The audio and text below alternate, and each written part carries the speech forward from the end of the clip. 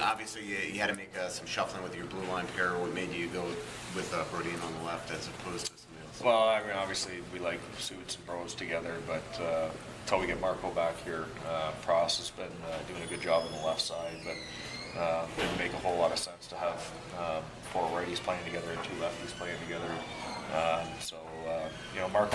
Marco's not too far away, and we'll see how this goes tonight. But just trying to balance out the left-right shots. When you say not too far away, I mean, how much practice time do you think he'll need, Marco? I had a good skate yesterday. I mean, he's been practicing for a little while. He hasn't been practicing with our group, and he hasn't been practicing in contact. But he had a good practice yesterday, and I know he's having a good skate again today. So, like I said, he's been practicing for a while. So it's just a matter of trying to determine how much more he needs in terms of just timing-wise, a little bit more. Involvement with other players on the ice and dealing with some pressure situations and also some contact situations. I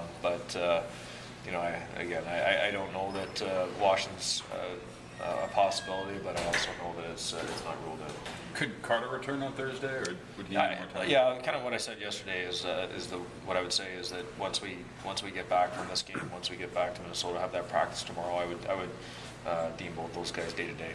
Mike, last time you were down here, your third and fourth line were dominant. What allowed that to happen, and how can you facilitate that to repeat tonight? Well, it's our first 2 lines were good too, and that's going to be important again tonight. And they're facing some tough matchups, and that's what makes it so important that you have other lines step up.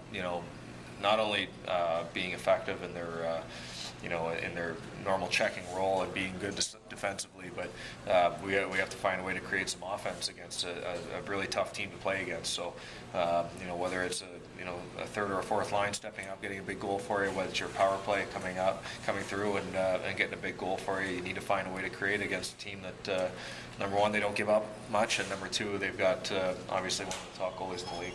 Talked a lot about the chemistry between Mikko and Stewart. How do you think Nino's fitting in on that line? I feel that the last several games it's been going really well, and I going back to, I guess it was the New Jersey game, was probably the best that he's looked on that line.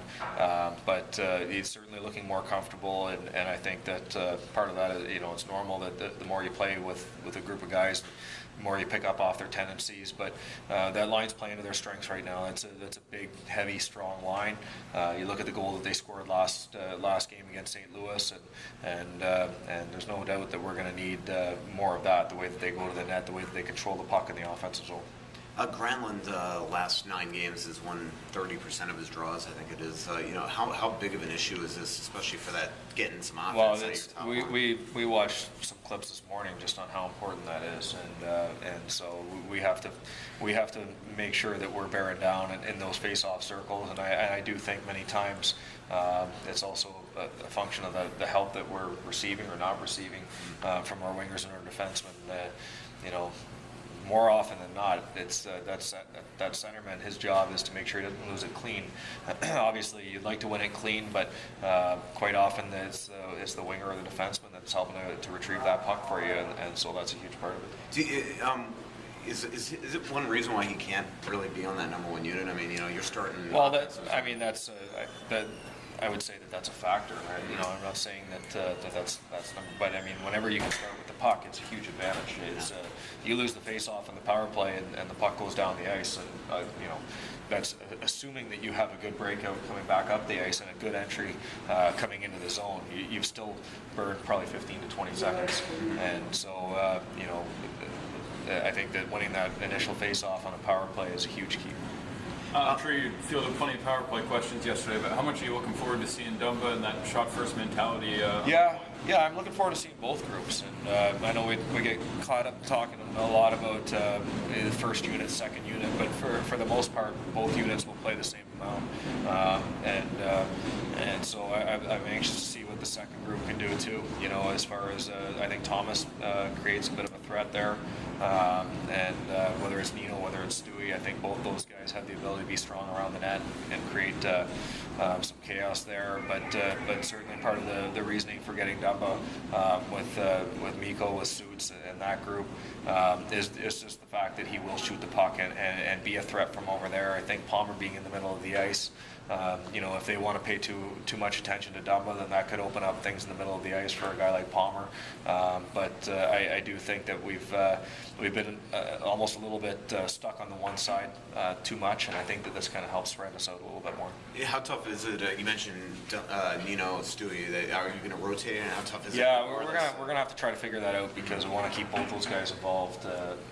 Both those guys are doing a great job, so that is a tough part for sure. And we got good players that aren't getting an opportunity, but we have to make sure that we're, like I said, that we're keeping them involved, and those guys are all doing a great job on the other side of things, just playing in the regular 5-on-5 games. We can't lose that.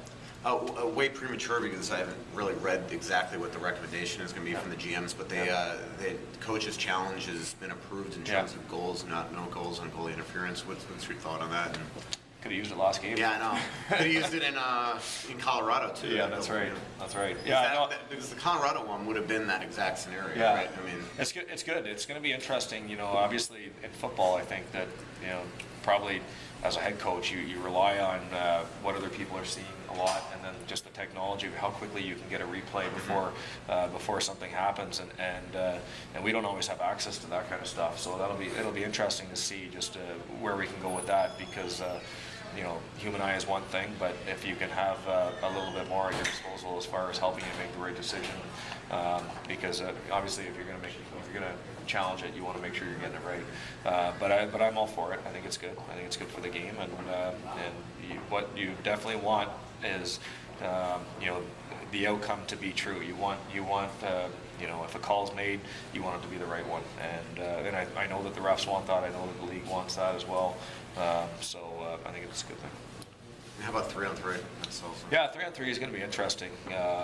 Just as far as it's going to be new to all of us. We deal so little with it. I mean, I don't even know if we've had one situation this year.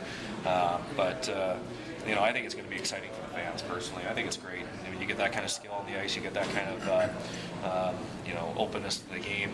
You're going to see some great plays, no question. I think you're going to see a lot of games end before the shootout. So just from a tactical part of it, it'll be interesting to see how we manage that. In terms of your split between forwards and defensemen, in terms of just systematically what you can do to both offensively and defensively to try to give yourself an advantage.